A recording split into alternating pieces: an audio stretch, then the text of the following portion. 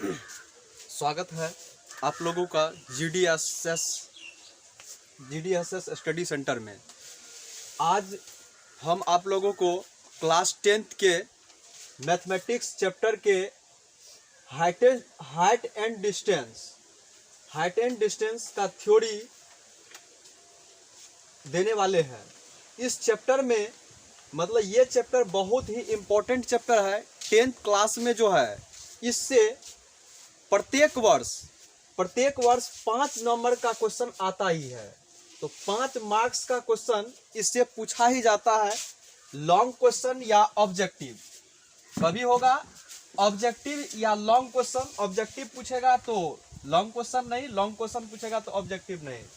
तो कुल मिलाकर के इस चैप्टर से 5 मार्क का क्वेश्चन पूछा जाता है। इसीलिए ये चैप्टर बहुत ही इम्पोर्टेंट चैप्टर है।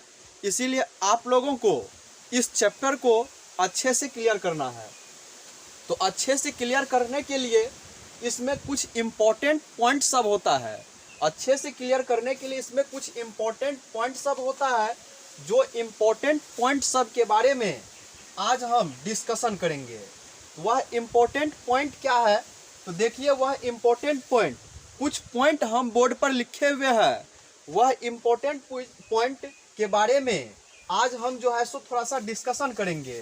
तो वह इम्पोर्टेंट पॉइंट क्या है तो क्षैतिज तल, क्षैतिज रेखा, उदग्र रेखा, पाद बिंदु, शिखर बिंदु, दृष्टि रेखा, उन्नयन कोण, अवनमन कोण।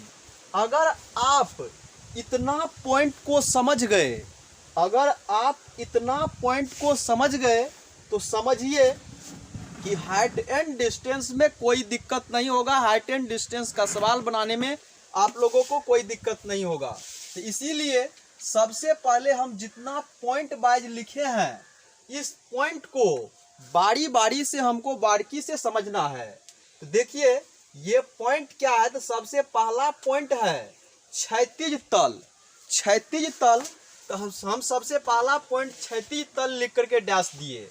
अब देखिए क्षैतिज तल क्या होता है।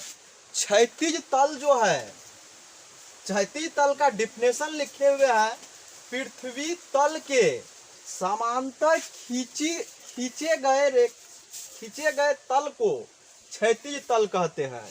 तो पृथ्वी तल के, फिर पृथ्वी ये हुआ पृथ्वी, जैसे मान लीजिए ये पृथ्वी है, तो पृथ्वी तल के समांतर जो तल होगा, पृथ्वी तल के समांतर, मान लीजिए ये पृथ्वी है, इस तल के समांतर एक ये तल ले लिए, तो इसी को बोलेंगे हम क्षैतिज तल। पृथ्वी के तल के समांतर, पृथ्वी तल के समांतर जो तल खींचा जाता है उसी को बोलते हैं क्षैतिज तल। तो क्षैतिज तल के बारे में उम्मीद करेंगे आप लोग समझ गए होंगे। तो क्षैतिज तल के बाद है क्षैतिज रेखा। क्षैतिज रेखा किसको कहते हैं ध्यान से समझिए। क्षैतिज रेखा का परिभाषा हम लिखे हुए हैं, क्षैतिज तल पर खींची गई रेखा को क्षैतिज रेखा कहते हैं। क्षैतिज तल पर जो रेखा खींचा जाएगा, जैसे मान लीजिए इसी तल को क्षैतिज तल है और इस तल पर हम एक रेखा खींचते हैं, तो इसी को बोलते हैं क्षैतिज रेखा। क्षैतिज तल पर जो रेखा खींचा जाता है, क्षैतिज तल पर जो रेखा खींचा जाता है उसी को बोलते हैं क्षैतिज रेखा। तो देखिए क्षैतिज तल पर ये रेखा मान के चलिए खींच दिए, और इस तल पर जो ये रेखा खींच दिए, इसी रेखा को बोलेंगे क्षैतिज रेखा। अब उम्मीद करेंगे आप क्षैतिज रेखा के बारे में अच्छे से समझ गए होंगे। इसके बाद समझना है हमको उदग्र रेखा के बारे में। उदग्र रेखा किसको कहते हैं, देखिए उदग्र रेखा के बारे में समझिए। उदग्र रेखा किसको कहते हैं। उदग्र रेखा क्षैतिज तल पर पूर्णतः सीधी खड़ी रेखा को, क्षैतिज तल पर पूर्णतः सीधी खड़ी रेखा को उदग्र रेखा कहते हैं। जैसे मान के चलिए ये क्षैतिज तल हो गया, इस पर पूरा सीधा खड़ा जो रेखा होगा उसी को बोलेंगे उदग्र रेखा। जैसे मान के चलिए क्षैतिज तल पृथ्वी तल हो गया, पृथ्वी पर जैसे मान के चलिए मीनार हो गया, तो मीनार सब पूर्ण रूपेण सीधा खड़ा होता है, इसीलिए इसको हम उदग्र रेखा के श्रेणी में रख सकते हैं। अब इसके बाद टावर। टावर जो है पृथ्वी तल पर पूरा सीधा खड़ा होता है, मतलब पूर्णतः सीधा खड़ा होता है, इसीलिए इसको बोल सकते हैं हम, मतलब जो है सो उदग्र रेखा। इसके बाद भवन हो गया, दीवार हो गया, पहाड़ हो गया, पेड़ हो गया, ये सब जो है जमीन क्षैतिज तल पर पूर्णतः सीधी खड़ी होता है, इसीलिए इस सब को उदग्र रेखा के श्रेणी में रखते हैं। इसके बाद चलिए हम उम्मीद करेंगे आप लोग उदग्र रेखा को अच्छे से समझ गए होंगे। इसके बाद समझना हमको पाद बिंदु। पाद बिंदु किसको कहते हैं, ध्यान से समझिए। पाद बिंदु कहते हैं, देखिए उदग्र रेखा वाला जो वस्तु होता है उसी को उदग्र वस्तु कहते हैं। तो उदग्र वस्तु के सबसे निचले बिंदु को पाद बिंदु कहते हैं। तो कोई भी उदग्र वस्तु है, चाहे वह मंदिर हो या भवन हो या टावर हो, तो उसका सबसे नीचे वाला जो पॉइंट होगा, या किसी उदग्र रेखा के सबसे नीचे वाला जो पॉइंट होगा, उसी पॉइंट को पाद बिंदु कहते हैं। जैसे मान के चले यहाँ पर एक हम मतलब फिगर बनाए हैं, तो एक फिगर क्या बनाए हैं, इस क्षैतिज तल पर जो ये मीनार खड़ा है, तो मीनार का सबसे निचला जो पॉइंट है, इसी को बिंदु है, इसी बिंदु को हम पाद बिंदु के नाम से जानते हैं। अब चलिए इसके बाद हम उम्मीद करेंगे आप लोग पाद बिंदु अच्छे से समझ गए होंगे। इसके बाद शिखर बिंदु पर चलते हैं। शिखर बिंदु किसको कहते हैं, तो शिखर बिंदु या शीर्ष बिंदु, देखिए उदग्र वस्तु के सबसे ऊपर वाले बिंदु को शिखर बिंदु या शीर्ष बिंदु कहते हैं। उदग्र वस्तु के सबसे ऊपर वाले बिंदु को शिखर बिंदु या शीर्ष बिंदु कहते हैं। तो उदग्र एक वस्तु है मीनार, इसका सबसे ऊपर वाला जो पॉइंट है, इसी पॉइंट को शिखर बिंदु या शीर्ष बिंदु के नाम से जानते हैं। इसी पॉइंट को, मीनार का सबसे ऊपरी जो पॉइंट होगा, इसी पॉइंट को शिखर बिंदु या शीर्ष बिंदु मानेंगे।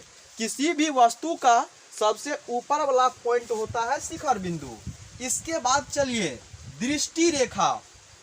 दृष्टि रेखा क्या होता है, तो दृष्टि रेखा के बारे में हमको समझना है। हम उम्मीद करेंगे शिखर बिंदु आप अच्छे से समझ गए होंगे, इसीलिए अब चलते हैं हम दृष्टि रेखा पर। दृष्टि रेखा क्या है समझिए। दृष्टि रेखा नाम से ही स्पष्ट है, दृष्टि रेखा मतलब हम जब कोई चीज को देखते हैं तो मेरे आंख से एक रेखा निकलता है, और आंख से रेखा निकलकर वह रेखा उस वस्तु पर पड़ता है, तब हमको वो वस्तु दिखाई देता है।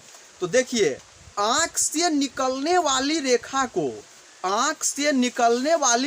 को ही हम दृष्टि रेखा के नाम से जानते हैं। तो वही लिखे हम, पूरा सिंपल परिभाषा है, व्यक्ति के आंख से निकलने वाली रेखा को दृष्टि रेखा कहते हैं। व्यक्ति के आंख से निकलने वाली रेखा को दृष्टि रेखा कहते हैं। तो वही चीज को, पॉइंट को हम डिटेल करके लिख दिए। मेरे आंख से जो रेखा निकलेगा, हमारे आंख से जो रेखा निकलेगा, उसी रेखा को हम दृष्टि रेखा के नाम से जानेंगे। तो हम उम्मीद करेंगे आप दृष्टि रेखा के बारे में अच्छे से समझ गए होंगे।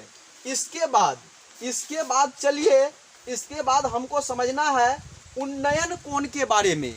उन्नयन कोण किसको कहते हैं, तो देखिए उन्नयन कोण और अवनमन कोण आप समझ गए तो समझ जाइए कि हाइट एंड डिस्टेंस का प्रॉब्लम बनाना बहुत टफ नहीं है, बहुत ही आसान है। कुछ ज्यामितीय मेथड है, जो ज्यामितीय मेथड हम आप लोग को बताएंगे, अच्छे से एकदम क्लियर होने वाला है। चलिए इसके बाद समझिए उन्नयन कोण। उन्नयन कोण क्या है, तो उन्नयन कोण है जब कोई दर्शक मतलब जो है सो, जब कोई दर्शक नीचे से किसी वस्तु को देखता है, जब कोई दर्शक नीचे से किसी वस्तु को ऊपर की ओर देखता है तो उसके आँख से निकलने वाली दृष्टि रेखा एवं क्षैतिज रेखा के बीच में जो कोण बनता है उसी कोण को हम उन्नयन कोण के नाम से जानते हैं। जब कोई दर्शक नीचे से ऊपर की ओर किसी वस्तु को देखता है तो उसके आँख से निकलने वाली दृष्टि रेखा एवं क्षैतिज रेखा के बीच में जो कोण बनता है उसी कोण को हम उन्नयन कोण के नाम से जानते हैं। तो देखिए यहाँ पर हम लिखे हुए हैं उन्नयन कोण। तो जब कोई दर्शक नीचे से किसी वस्तु को ऊपर, मतलब ऊपर की ओर नहीं लिखा है, मतलब नीचे से किसी वस्तु को देखता है, नीचे से किसी वस्तु को देखता है मतलब ऊपर की ओर देखता है, तो उसके आँख से निकलने वाली दृष्टि रेखा एवं क्षैतिज रेखा के बीच बने कोण को उन्नयन कोण कहते हैं। जब कोई दर्शक नीचे से किसी वस्तु को देखता है तो उसके आँख से निकलने वाली दृष्टि रेखा एवं क्षैतिज रेखा के बीच में जो कोण बनता है उसी को बोलते हैं हम उन्नयन कोण। तो हम उम्मीद करेंगे आप लोग समझ गए होंगे।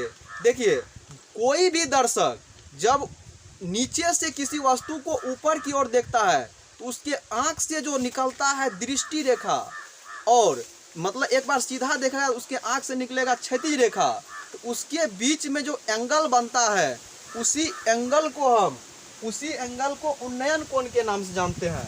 तो हम उम्मीद करेंगे आप उन्नयन कोण के बारे में अच्छे से समझ गए होंगे। तो चलिए अब समझना हमको अवनमन कोण। अवनमन कोण क्या होता है? देखिए उन्नयन कोण और अवनमन कोण पर हम एक एग्जाम्पल दे देंगे, उससे और अच्छे से क्लियर हो जाएगा। पहले समझ लीजिए अवनमन कोण। अवनमन कोण जब कोई दर्शक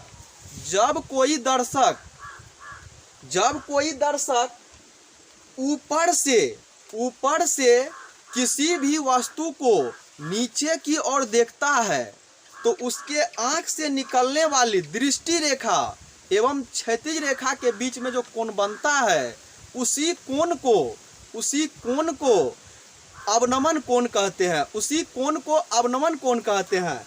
तो जब कोई दर्शक ऊपर से किसी वस्तु को नीचे की ओर देखता है तो उसके आँख से निकलने वाली दृष्टि रेखा एवं क्षैतिज रेखा के बीच में जो कोण बनता है उसी कोण को अवनमन कोण कहते हैं। जैसे मान के चलिए हम स्टेज या मंच पर पढ़ाते हैं, आप लोग नीचे बैठे हुए हैं, तो हम जो आपको देखते हैं तो मतलब जो है सो हम ऊपर हो गए, आप नीचे हो गए, तो मेरे आँख से निकलने वाली दृष्टि रेखा और क्षैतिज रेखा के बीच में जो कोण बनेगा वह कोण होगा अवनमन कोण। और आप जो हमको देखते हैं तो आपके आँख से निकलने वाली दृष्टि रेखा और क्षैतिज रेखा के बीच में जो कोण बनेगा तो वह होगा उन्नयन कोण। तो हम उम्मीद करेंगे आप लोग इसको अच्छे से समझ गए होंगे, और अच्छे से अगर समझ गए होंगे तो इसको एक ज्यामितीय मेथड से हम प्रूव करने वाले हैं। ये मतलब उन्नयन कोण का मान अवनमन कोण के बराबर होता है। तो आप इतना दूर पहले स्क्रीनशॉट ले लीजिए, ये बहुत ही ज़्यादा वीवीआई है, इसीलिए इतना पॉइंट के बारे में आप समझ गए तो कोई दिक्कत नहीं होगा इस चैप्टर का प्रॉब्लम बनाने में। चलिए इतना दूर पहले स्क्रीनशॉट आप ले लीजिए। हाँ तो चलिए हमको समझना है उन्नयन कोण और अवनमन कोण के बारे में हम बताए थे। तो उन्नयन कोण का मान जो है अवनमन कोण के मान के बराबर होता है। उन्नयन कोण का मान जो है अवनमन कोण के बराबर होता है। तो समझिए कि उन्नयन कोण का मान अवनमन कोण के बराबर होता है तो होता है कैसे? उन्नयन कोण का मान अवनमन कोण के बराबर होता है तो होता है कैसे? तो ध्यान से समझिए। देखिए मतलब जो है सो आपको हम अभी तुरंत बताए हैं कि क्षैतिज तल, तो पृथ्वी तल के समांतर जो तल रहता है उसी को क्षैतिज तल कहते हैं, उस पर जो रेखा खींचा जाता है उसी को क्षैतिज रेखा कहते हैं। ये जो है इसी रेखा को बोलते हैं क्षैतिज रेखा। और इस पर जो ऊर्ध्वाधर खड़ी रेखा होता है उसको उदग्र रेखा बोलते हैं, यानी कि मीनार बोलते हैं। और इसके बाद सबसे नीचे वाला, किसी भी वस्तु के सबसे नीचे वाला जो पॉइंट होता है उसको पाद बिंदु बोलते हैं, सबसे ऊपर वाला पॉइंट को शिखर बिंदु बोलते हैं। और कोई भी व्यक्ति के आंख से जो निकलने वाली रेखा होता है उसी को बोलते हैं दृष्टि रेखा। अब देखिए, दृष्टि रेखा और क्षैतिज रेखा के बीच में जो कोण बनता है उसको बोलते हैं उन्नयन कोण। तो ये जो कोण बना, इसी कोण का नाम है उन्नयन कोण। तो देखिए अच्छे से, दृष्टि रेखा और क्षैतिज रेखा के बीच में जो कोण बनता है उसको उन्नयन कोण कहते हैं। जब कोई व्यक्ति नीचे से ऊपर की ओर देखता है तो, इसके बाद जब कोई व्यक्ति ऊपर से नीचे की ओर देखता है तो उसके आंख से निकलने वाली दृष्टि रेखा और क्षैतिज रेखा के बीच में जो कोण बनता है उसी को बोलते हैं अवनमन कोण। तो उन्नयन कोण का मान अवनमन कोण के बराबर होता है। कैसे होता है इस चीज को ध्यान से थोड़ा अच्छे से समझिए, यहाँ पर हम समझा देते हैं। तो देखिए, आपको पता है कि दो समांतर रेखा, जब ये दो समांतर रेखा है, दो समांतर रेखा को जब एक तिर्यक रेखा प्रतिच्छेद करती है, दो समांतर रेखा को जब एक तिर्यक रेखा इस प्रकार से प्रतिच्छेद करती है, मतलब जैसो एन नामक तिर्यक रेखा, तो इसका क्या होता है, दो समांतर रेखा को जब एक तिर्यक रेखा प्रतिच्छेद करती है तो इसका एकांतर अंतः कोण बराबर होता है। एकांतर अंतः कोण, सम्मुख कोण, संगत कोण, मतलब आपस में समान होता है। तो मतलब जो है सो एकांतर अंतः कोण समान होता है, ये इसके एक और के अंतः, इसके एक और के अंतः के बराबर होता है। तो उसी प्रकार से यहाँ पर देखिए, ये दो समांतर रेखा है, ये दो समांतर रेखा है, दो समांतर रेखा को एक तिर्यक रेखा यहाँ पर प्रतिच्छेद कर रही है। तो दो समांतर रेखा को जब तिर्यक रेखा प्रतिच्छेद करती है तो इसके एक और के बने अंतर, इसके एक और के बने अंतर के बराबर होता है। तो इसीलिए नहीं हो जाएगा उन्नयन कोण बराबर अवनमन कोण। तो इसीलिए हो गया उन्नयन कोण बराबर अवनमन कोण, एकांतर अंतः कोण से ये प्रूव्ड हो जाता है। तो चलिए, अगर आप एकांतर अंतः कोण को समझ गए हैं तो उन्नयन कोण बराबर अवनमन कोण समझना कोई दिक्कत नहीं होगा।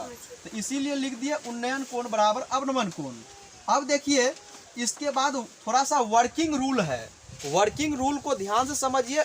जब हम सवाल बनाएंगे तो फिगर, मतलब जब सवाल को पढ़ करके हम फिगर बनाएंगे, और सवाल को पढ़ करके फिगर बनाएंगे, और फिगर में जो है एक राइट एंगल ट्रायंगल आएगा, मतलब समकोण त्रिभुज मतलब छाटेंगे। सवाल मतलब जो है सो पढ़ेंगे और सवाल पढ़ करके फिगर बनाएंगे, और फिगर में देखेंगे कि हमको समकोण त्रिभुज बना कि नहीं बना। अगर समकोण त्रिभुज बन गया होगा तो तो उसमें आप देख लीजिएगा कि किसका मान दिया है और किसका मान निकालना है।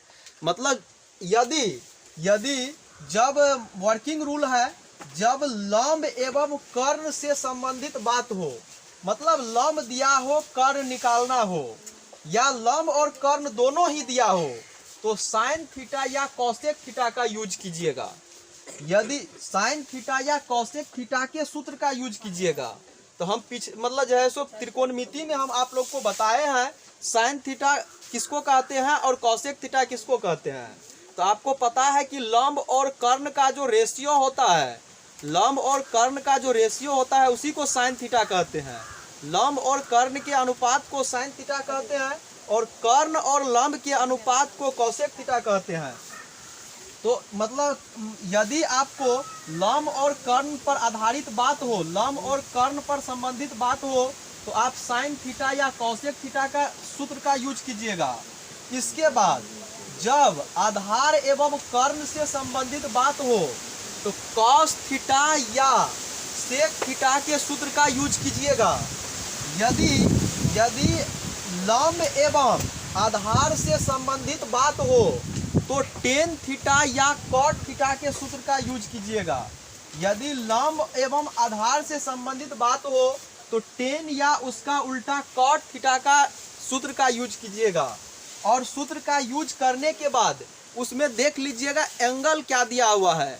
जो एंगल दिया हुआ है होगा वही होगा थीटा का मान। जो एंगल दिया हुआ होगा वही होगा थीटा का मान। तो हम उम्मीद करेंगे आप लोग ये जो हम हाइट एंड डिस्टेंस का थ्योरी दिए हैं, ये थ्योरी अच्छे से समझ गए होंगे। अगर आप अच्छे से समझ गए होंगे तो एक दो बार इस वीडियो को देखिए और रिवाइजिंग कीजिए, और रिवाइजिंग करने के बाद अगर आप चैप्टर का प्रॉब्लम बनाते हैं तो आपको किसी भी प्रकार से कोई दिक्कत नहीं होगा। अब आपको शब्द का पता चलेगा। अगर क्वेश्चन पढ़िएगा तो पढ़ करके सबसे पहले कुछ नहीं है, पढ़ करके फिगर बना लीजिएगा। इसके बाद मतलब जो है सो क्वेश्चन मतलब बनाना बहुत आसान है। तो फिगर जब बन गया तो क्वेश्चन बनाना बहुत आसान है। तो थैंक यू फॉर वाचिंग। मतलब जो है